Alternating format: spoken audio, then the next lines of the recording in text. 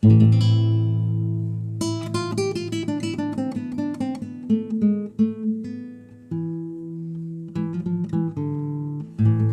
have the pleasure to welcome today Professor Steve Davies from the University of Manchester in Great Britain. Professor Davies, is there a link, according to you, between the lack of economic freedom and underdevelopment in Africa? Well, quite definitely, but there's a few things you can say about this. One thing to point out is that although a lot of Africa is doing very badly in comparative economic terms and is severely underdeveloped, in the last 10 to 15 years, many parts of Africa have actually experienced significant economic success. Mozambique, for example, Tanzania in the last 5 or 6 years, both have seen significant economic growth. Zambia has also had a considerable amount of success. And there's the great shining exception of Botswana, which is by any standards one of the most successful economies, not just in Africa, but worldwide. Now, there's no doubt that there is a clear connection between the lack of economic freedom and the lack of economic development in large parts of Africa. One of the major problems facing Africa is the imposition of strict tariffs and import controls by national governments throughout Africa. Generally speaking, if you're in an African country, it is actually easier to export to Europe or North America than it is to export to another African country because of the trade barriers that are put in place. This is quite simply insane and is a severe impediment to all kinds of economic growth and development in large parts of Africa, particularly, but not exclusively, south of the Sahara. There's also the whole question of government controls and of the pursuit by governments of the outdated and completely destructive policy of import substitution, which was very popular at one time in Africa when it was followed by people like Sékou Touré and other leaders of that sort in the western francophone part of Africa, and then also by Julius Nyerere and his emulators in the eastern, more anglophone part of Africa. All of these are a severe impediment to economic growth, just as they are in other parts of the world. However, it's worth adding that Africa has an additional problem, if you will, which is, if anything, even more severe, and that is the lack of the rule of law in large parts of the continent. Even if you were to, for example, do away with much of the controls, there's the additional problem of extremely predatory elites and people who use political power and violence or the threat of violence to extract large rents and income streams from productive people, businesses, firms, farmers and the like. And this is a problem throughout Africa. So I would say that although lack of economic freedom is one factor, just as important, if not more important in some places, is the lack of the rule of law and the problem of governance, the fact that governments throughout Africa are highly predatory. One of the consequences of this is that the easiest way to become exceptionally wealthy in many parts of Africa is not through productive activity, but through capturing control of the state and then using the state's power to enrich yourself. And this creates very bad incentives for large numbers of people. One of the reasons why Botswana is so successful is precisely because it has the rule of law, it has a reasonably honest and effective government, and it has political transparency. All of that gives it an enormous advantage over its neighbours, and the comparison is quite telling. What is, according to you, the impact of colonialism on Africa? The impact is very negative, but not quite in the way that people commonly suppose.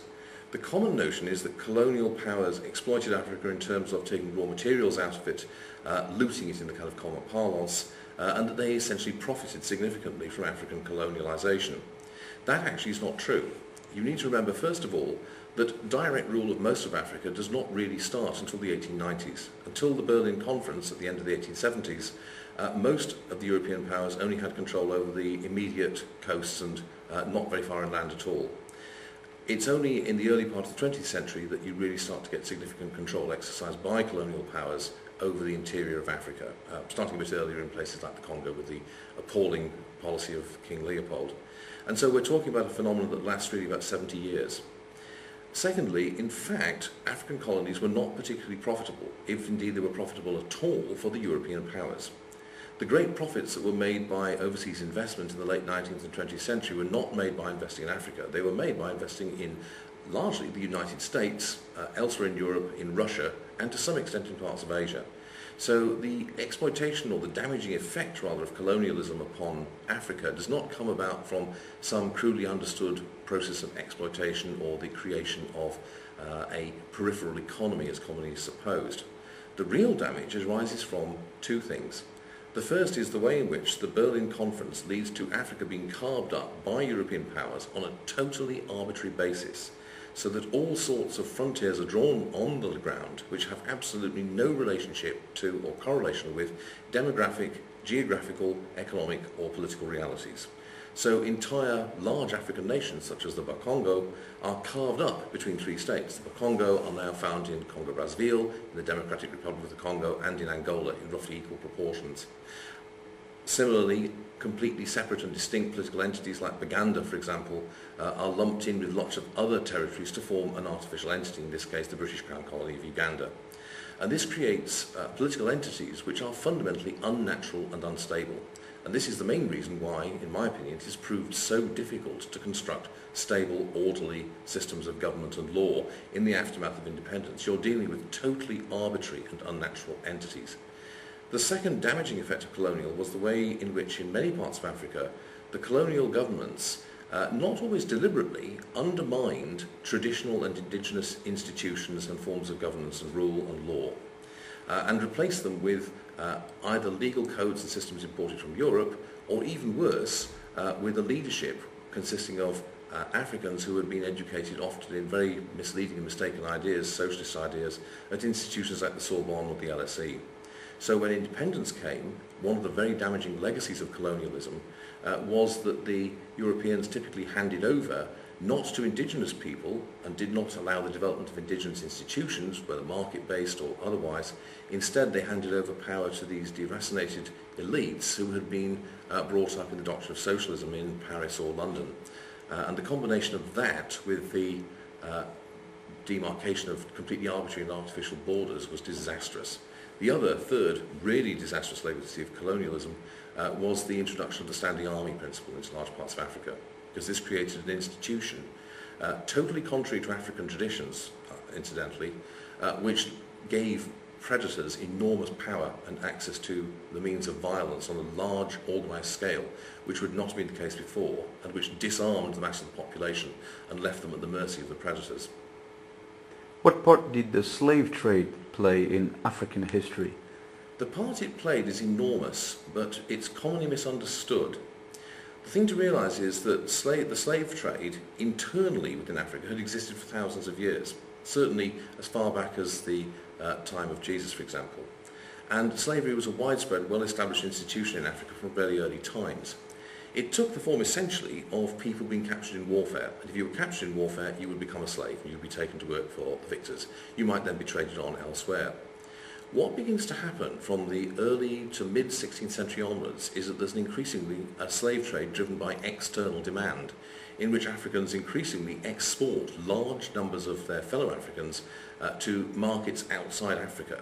And this is done through three major trade systems. One, which is well known, is the transatlantic trade route to Brazil, the West Indies, Spanish South America, and, although it's very minor in fact, the North American colonies. The second is the trans-Saharan trade route to Cairo in the Middle East, and the third is the Indian Ocean trade route from the trading cities along the coast to the Indian subcontinent and again the Middle East, particularly Iran. Now, the Arab and European traders who do this pay for the slaves that they purchase with firearms. This creates a devastatingly bad set of incentives, because it means that the Africans who have got the firearms in exchange for slaves now have an enormous military advantage over their neighbours and rivals. This then means that they can expand their territory and create large empires based upon slave taking.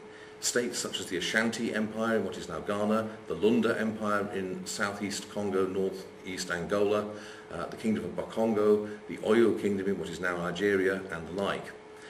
The people who are the victims of these predatory empires only have two choices, really. Either they become slaves, or they become slave takers themselves. And so there's a devastating consequence for this. Professor Davies, thank you very much. Okay.